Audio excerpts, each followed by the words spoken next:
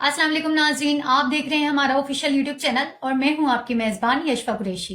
इमरान रियाज खान की अहम तरीन अपडेट्स उन्हीं से जानते हैं। कुछ अहम खबरें हैं जो मैं आप तक पहुंचाना चाहता हूं। एक तो मादरत चाहता हूं, मैं पिछला वीलॉग आप कल रात को नहीं देख पाए। उसका रीज़न ये है कि पाकिस्तान में आपके सामने इंटरनेट की सिचुएशन है और मैं किसी किस्म का रिस्क लेना भी नहीं चाहता। और इसमें आपको ये भी देखना होता है ना कि आपने जो काम करना है वो सेफ रहकर करना है, क्योंकि आप सब ये जानते हैं कि यहाँ पे रहना और काम करना वो इतना आसान नहीं है।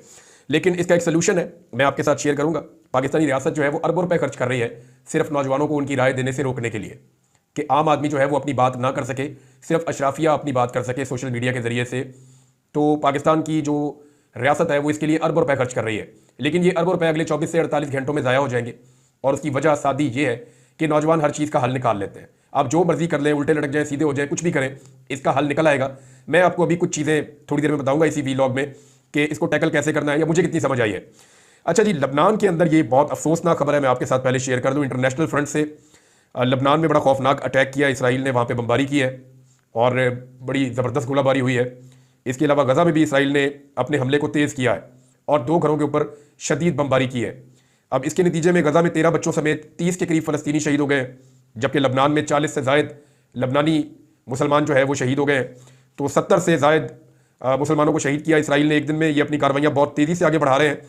इन हमलों में, इसराइली हमले में जो है वो हसन नसरुल्लाह के चचा, उनके 3 बेटे और उनके पोते भी शहीद हो गए हैं। यानी जितने भी आम खानदान हैं उन सब के ऊपर अटैक हो रहा है और बार बार अटैक हो रहा है। ऐसा लगता है कि अमेरिका में हुकूमत तब्दीली से पहले इसराइल अपने अहदाफ हासिल करना चाहता है, क्योंकि डोनाल्ड ट्रंप ने एक नहीं कई मरतबा ये कहा है कि वो आकर जंगबंदी की तरफ जाएगा। डोनाल्ड ट्रंप ने 2-3 बातें क्लियर की कि वो अब पैसा बहुत ज़्यादा खर्च नहीं करना चाहता। रशिया के खिलाफ जो यूक्रेन की वॉर चल रही है वो वहाँ भी पैसा खर्च नहीं करना चाहता, वो पैसा अमेरिकन पर लगाना चाहता है।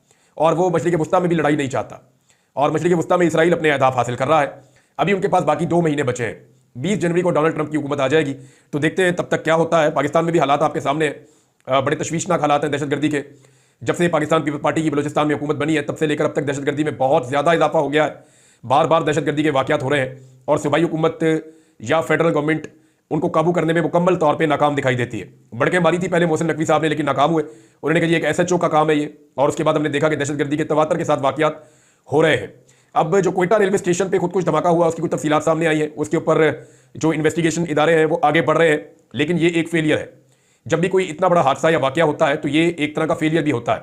इस फेलियर के लिए लोगों को अकाउंटेबल भी करना चाहिए।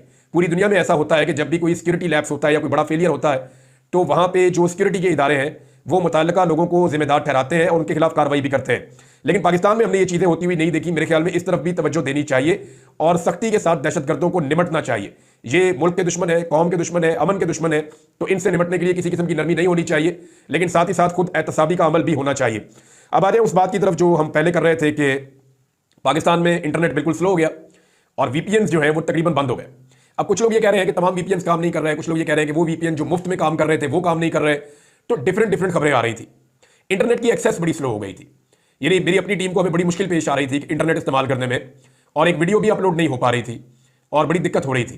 इवन ट्विटर को इस्तेमाल करने में दिक्कत हो रही थी, एक्स जिसको अब हम कहते हैं, वो भी इस्तेमाल नहीं हो पा रहा था।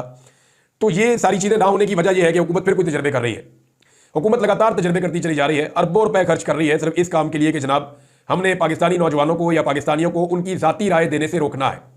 राय सिर्फ वही होगी जो टेलीविजन पे चलेगी, जो अशराफिया की राय है, जो पाकिस्तान की अलीट चाहती है या जो रियासत चाहती है कि जनाब इस तरफ सारों को चलाओ, तो उसी तरफ चलाया जाए। ना अवाम की कोई राय है, ना अवाम का कोई मैंडेट है, तो अवाम से उसका मैंडेट तो छीन लिया, अब उसकी राय छीनने की भी तैयारी की जा रही है। अब इसमें कुछ VPN जो है वो काम कर रहे हैं। मैं आपको 2 VPN जो मेरे पास अब चल रहे हैं और ठीक काम कर रहे हैं उनके बारे में, मेरी टीम के साथ जो चल रहे हैं और वो ठीक काम कर रहे हैं VPN, कोई उनमें प्रॉब्लम नहीं है। मैं आपको उनके नाम बता देता हूँ। एक्चुअली तो 2-3 रिकमेंडेड है, लेकिन जो 2 VPN अच्छा काम कर रहे हैं, बहुत थोड़ा सा पे करना पड़ता है, तो ये पूरे साल के लिए आपका VPN चलता है। बल्कि एक VPN को आप मुख्तलिफ सिस्टम्स के अंदर 4-5 लोग मिलकर एक VPN ले सकते हैं और आपस में एक दूसरे के साथ शेयर कर सकते हैं, तो उन सबका चलेगा। तो एक जो है VPN वो एक्सप्रेस VPN है, ये काम कर रहा है और ये ठीक काम कर रहा है बिल्कुल। एक नॉर्ड है, NORD, N for nest, O for orange, R for rat, D for dog, Nord. और एक है जी एक्सप्रेस। ये दोनों तो बड़े अच्छे काम कर रहे हैं। और एक कोई सरफेस शार्क के नाम से भी है, अब पता नहीं, इसको मैंने इस्तेमाल नहीं किया, लेकिन ये दोनों VPN बहुत ठीक काम कर रहे हैं, तो इनको आप इस्तेमाल कर सकते हैं। बातें जो है मौजूदा हुकूमत कहती है जी हम 4G से 5G पे जाएंगे, ये किसी जी पे नहीं जाएंगे, ये जी हुजूरी पे ही लगे रहेंगे। सर जी सर जी सर जी, ना इनके पास 5G है ना इनके पास 4G है, इनके पास सिर्फ सर जी है, सर जी है। जूते पॉलिश कर करके इन्होंने हुकूमत बना ली है और अब सर जी के अलावा इन्होंने कुछ दिखाई नहीं देता। अब मैं आपको एक चीज तो क्लियर कर दूं, ये बहुत जल्दी ट्विटर खोलेंगे, एक्स को बहुत जल्दी पाकिस्तान में बहाल करेंगे, ये मेरी बात आप ध्यान में रखिएगा, इन्हें करना पड़ेगा। उसकी वजह यह है कि डोनाल्ड ट्रंप ने अपना इलेक्शन अमेरिका में जीता है इसी एक्स की बुनियाद के ऊपर, यानी उसके इलेक्शन जीतने में बहुत सारे फैक्टर्स हैं, उसका डट जाना है, उसकी अदालतें भी हैं, वहां पे अदालतों ने नाइंसाफी नहीं की जैसी पाकिस्तान में की गई इमरान खान के साथ, क्योंकि वहां पे काजी फायद ईसा नहीं थे, तो वहां मौका मिला उसको इलेक्शन लड़ने का। तो बहुत सारे फैक्टर्स हैं, वहां पे ये एक्स का एक फैक्टर भी है। और इसके ऊपर जब रवायती मीडिया गलत तबसरे कर रहा था, परेशान कर रहा था ट्रंप को, उसकी पार्टी को, तो उन्होंने अपना पूरा जो कंपेन है वो खड़ा किया एक्स के ऊपर। इमरान खान साहब ने 2024 का 8 फरवरी का इलेक्शन किस बुनियाद पर लड़ा था? इसी एक्स के ऊपर रख के लड़ा था और कामयाबी मिली थी। अभी जो है वो इनका अगला टारगेट है कि कनाडा में जस्टिन ट्रूडो की हुकूमत अब तब्दील की जाए, और इसके लिए जो है वो गालिबन इशारा दे भी दिया है इलन मस्क ने कि वहां पे भी हुकूमत बहुत जल्दी तब्दील हो जाएगी, क्योंकि लोग वहां बड़े तंग हैं और वहां का मीडिया जो है वो बड़ा हीरो बना के दिखाता है ट्रूडो को। तो वहां भी इस तरह के प्रॉब्लम्स हैं कि जो लोकल मीडिया है वो बड़ा कंट्रोल्ड है, तो ऐसी जगह के ऊपर सोशल मीडिया क्योंकि इसको कंट्रोल नहीं किया जा सकता, तो फिर इस तरह का मीडिया जो है वो जो कंट्रोल करने की जिनकी ख्वाहिश है उनको तो फिर बड़ा नापसंद होता है। अब शहबाज शरीफ साहब जो है वो इसी एक्स के ऊपर मुबारकबाद दे रहे हैं डोनाल्ड ट्रंप को, और पाकिस्तान में इसको ब्लॉक किया हुआ है और वीपीएन लगा के मुबारकबाद दे रहे हैं। इंडियन मीडिया मजाक उड़ा रहा है, यूरोपियन मीडिया मजाक उड़ा रहा है, पाकिस्तानी मीडिया मजाक वो नहीं उड़ा रहा, क्योंकि पाकिस्तानी मीडिया उड़ा नहीं सकता, सोशल मीडिया उड़ा रहा है। मियां साहब ने अपने आप को मजाक बना के रख दिया है कि आप वज़ीर आज़म एक मुल्क के, आप ट्विटर इस्तेमाल करते हैं वीपीएन लगा के, और अब आप वीपीएन भी बैन कर रहे हैं पाकिस्तान में। बहरहाल मैंने कुछ वीपीएन बताए आप लोगों को, आप उनके साथ जा सकते हैं।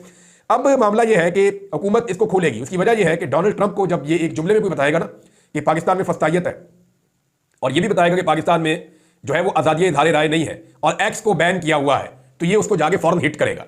तो उससे पहले पहले आप देखिएगा ये एक्स की बंदिश जो है उसको खत्म कर देंगे और ये इंटरनेट के ऊपर आपका ट्विटर चलना शुरू हो जाएगा थोड़े अरसे में। इतने तगड़े हैं नहीं, शहबाज शरीफ ने अपने मुंह से कहा था कि बेगर्स आर नॉट चूजर्स, तो एक्चुअली वो अपने आप को बेगर समझते हैं, उन्हें लगता है कि वो मांगने वाले हैं, फकीर हैं, भिखारी हैं, लिहाजा उनकी कोई चॉइस नहीं हो सकती, उनको ट्विटर खोलना पड़ेगा, और ऐसा लगता है कि ये पे ट्विटर खोल देंगे। अब नाज़रीन एक और बड़ा इशू उठा हुआ है, वो पाकिस्तान तहरीक इंसाफ के अंदर है। देखिए इसके ऊपर जरा खुल के बात कर लेते हैं। तहरीक इंसाफ अपने ही सोशल मीडिया से तंग आ गई है। तहरीक इंसाफ की जो क़यादत है, उन्हें लगता है कि उनका सोशल मीडिया उनका बहुत ज्यादा एहतसाब कर रहा है। देखिए इसमें कुछ जगह के ऊपर तो ऐसा होता है कि अपने अंदर ही दुश्मन ढूंढ रहे होते हैं लोग, वो लोगों की राय है, इख्तलाफ हर जगह पे होता है, कई जगह पे ओवरडू भी हो जाती हैं चीजें, सोशल मीडिया से भी हो जाती है। लेकिन तहरीक इंसाफ के लिए सोशल मीडिया क्या है, ये मैं आपको भी बताऊंगा इस वीलॉग में। यानी जो लोग आज सोशल मीडिया के ऊपर तनकीद कर रहे हैं ना, उन्हें आइडिया ही नहीं है कि सोशल मीडिया पाकिस्तान तहरीक इंसाफ के लिए क्या है। तो मैं आपको यह बता देता हूं कि ये सोशल मीडिया कैसे मुख्तलिफ है और कैसे अलग है बाकी सोशल मीडिया से जो पाकिस्तान तहरीक इंसाफ के लिए काम कर रहा है, और तहरीक इंसाफ की क़यादत इससे खाइफ क्यों है, ये भी आपको बताता हूं। देखिए जो पाकिस्तान तहरीक इंसाफ के सोशल मीडिया एक्टिविस्ट है ना, ये आम पाकिस्तानी है। इनमें बेशतर ऐसे हैं जो पाकिस्तान तहरीक इंसाफ के वर्कर्स भी नहीं है। ये आम पाकिस्तानी के तौर पर ठीक को ठीक और गलत को गलत कह रहे हैं, और ये सिर्फ नजरिया को फॉलो करते हैं। इनमें जो है बाशऊर नौजवानों की अक्सरियत है, खवातीन भी हैं, हजरात भी हैं, नौजवान लड़के लड़कियां हैं। तो ये बाशऊर नौजवान है, इन्हें कोई लालच नहीं है, ना इनको तनख्वाह के ऊपर रखा हुआ है। अब तनख्वाह के ऊपर लाखों लोगों को तो भर्ती नहीं किया जा सकता ना, ज्यादा ज्यादा आप चंद 100 लोगों को भर्ती कर सकते हैं, गरीब मुल्क है, किसी पॉलिटिकल पार्टी पे बस इतना पैसा होता भी नहीं है। तो बहरहाल ये लाखों लोगों को तो आप भर्ती नहीं कर सकते कि आपने भर्ती कर दिया, लालच दे दी, या तनख्वाह के ऊपर इनको रख लिया। ये लोग जो भी करते हैं ना, ये अपने मुल्क के लिए अच्छा सोचकर करते हैं, इन्हें लगता है ये चीज ठीक है तो ये इस तरह करते हैं। इनका अपना जाती कोई लालच है नहीं, यानी इनमें से किसी ने इलेक्शन नहीं लड़ना। ज्यादातर सोशल मीडिया के ऊपर ऐसे लोग हैं, ना इन्होंने इलेक्शन लड़ना है, ना इन्हें कोई सीटें चाहिए, ना इन्हें कोई ओहदे चाहिए, ना इन्होंने पाकिस्तान तहरीक इंसाफ से कोई फायदे लेने।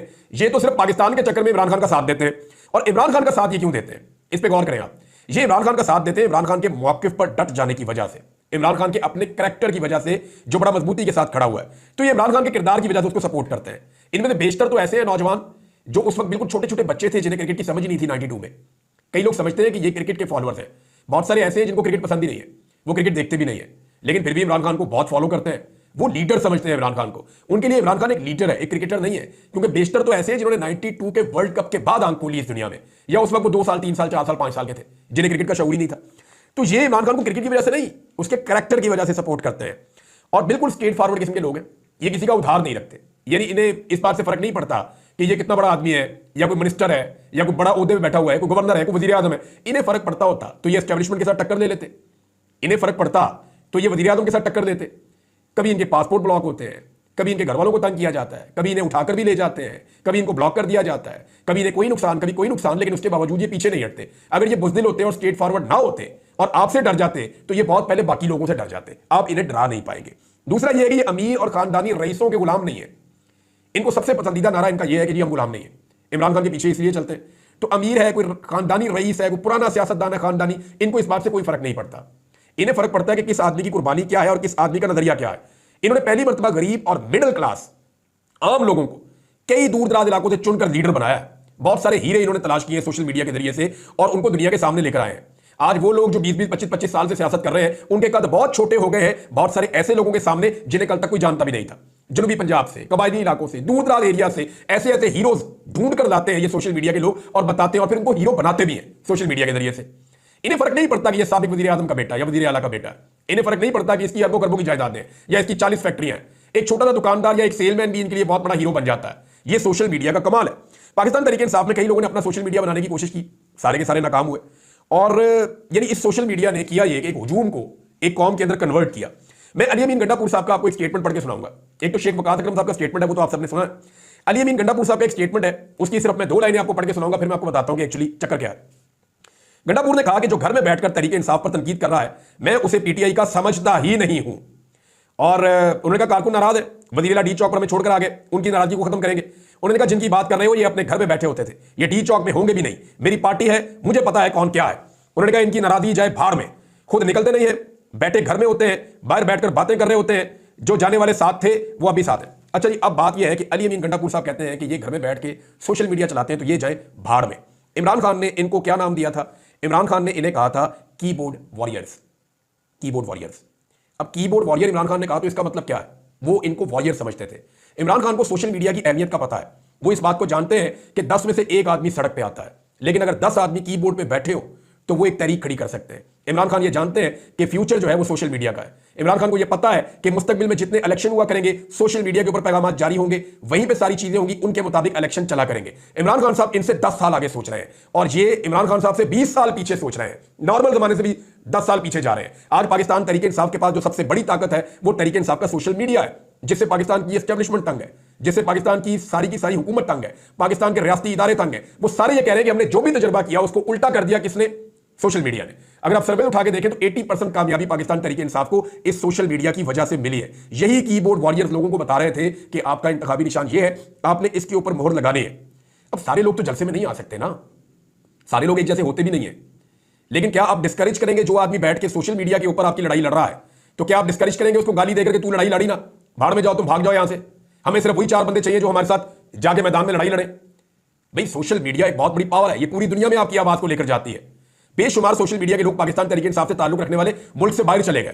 क्यों चले गए? ताकि उनकी सोशल मीडिया पे आवाज बंद ना हो। और ये लोग जो बाहर गए, ये इमरान खान साहब की कॉन्सेंट से, उनकी मर्जी से बाहर गए थे। इमरान खान साहब को इस बात का पता था।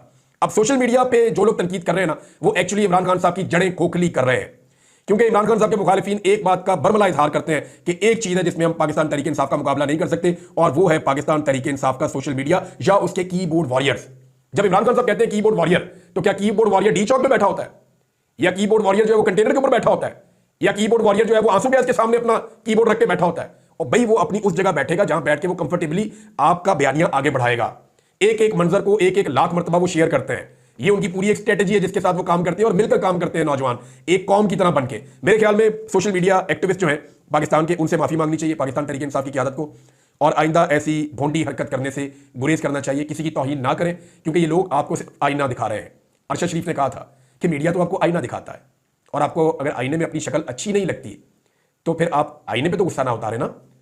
अब अगर आप सोशल मीडिया के साथ ये करेंगे तो आपको पता है कि आपके चेहरे में कितने दाग हैं, फिर आपके और भी दाग निकलेंगे, और भी दिखाया जाएगा, फिर आपको पता चलेगा कि ये भी चीज़ बाहर आ गई, ये भी चीज़ बाहर आ गई। तो मेरे ख्याल में सोशल मीडिया पे भड़ास निकालने की बजाय अपने अंदर थोड़ी सी बहादुरी पैदा करें, अपने अंदर जुर्रत पैदा करें और सोशल मीडिया को फेस करें। इमरान खान ने अपने मुंह से मेरे सामने कहा हुआ है कि मैं भी अपने सोशल मीडिया का मुकाबला नहीं कर सकता, क्योंकि ये आम आदमी की आवाज़ है, और आम आदमी की आवाज़ जो है वो हर लीडर को सुननी पड़ती है। और आप इतने बड़े लीडर नहीं है कि इमरान खान आम आदमी की आवाज़ सुने और आप उसे अनसुना कर दें। एक छोटी सी चीज़ बता दूं, मरियम नवाज साहब ने देखें क्या हरकत की है। उधर पाकिस्तानी जहां भी ये जाते हैं, पाकिस्तानी इनको रोक के कहते हैं कि जनाब आपने मैंडेट चोरी किया हुआ है। अब ये इनको मान लेना चाहिए हमारा मैंडेट जाली है, मान लेना चाहिए हम जूते पॉलिश करके मैंडेट चोरी करके आए हुए हैं। मान ले कि आवाम आपकी शक्लें भी अब देखना पसंद नहीं करती। आप मान ले कि इमरान खान के बुग्ज में आपने पाकिस्तान की मैशत को और पाकिस्तान के हालात का बेड़ा गर्क करके रख दिया है। अब तो नून लीग के अपने लोग तनकीद कर रहे हैं, तो मान लें आप लोग।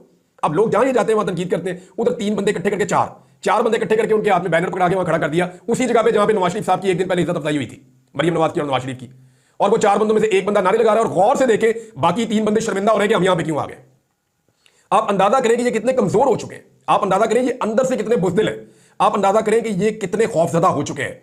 और इनको कितना एहसास कमतई हो चुका है कि 4 बंदे खड़े करके उनके हाथ में बैनर पकड़ा के 4 में से 3 शर्मिंदा बोल ही नहीं रहे, मुंह नीचे किया हुआ उन्होंने, वो बेचारे मुस्कुरा रहे हैं कि यार हम किधर फंस गए हैं। और एक बंदा जो है वो लगातार बोलता जा रहा है और बाद में उसकी भी सोशल मीडिया के ऊपर सोफे पे नवाज शरीफ के साथ बैठी हुई लोगों ने तस्वीर लगा दी। अंदाजा करें आप, ये हालत हो गई है। और ये हालत करने में ना मियां साहब के साथ जो 2 खवातीन फिर रही है ना टिकटॉकर्स, इन दोनों ने मियां साहब को यहां तक पहुंचाया। अच्छा खासा इज्जतदार आदमी था, बेड़ा गर्क कर दिया इन दोनों औरतों ने मिलकर मियां साहब का। जी नाजरीन, उम्मीद है कि आपको ये वीडियो पसंद आई होगी। अपनी कीमती राय से हमें आगाह करें। मजीद इसी तरह की वीडियोस देखने के लिए हमारे चैनल को सब्सक्राइब करें और वीडियो को ज्यादा से ज्यादा शेयर करें।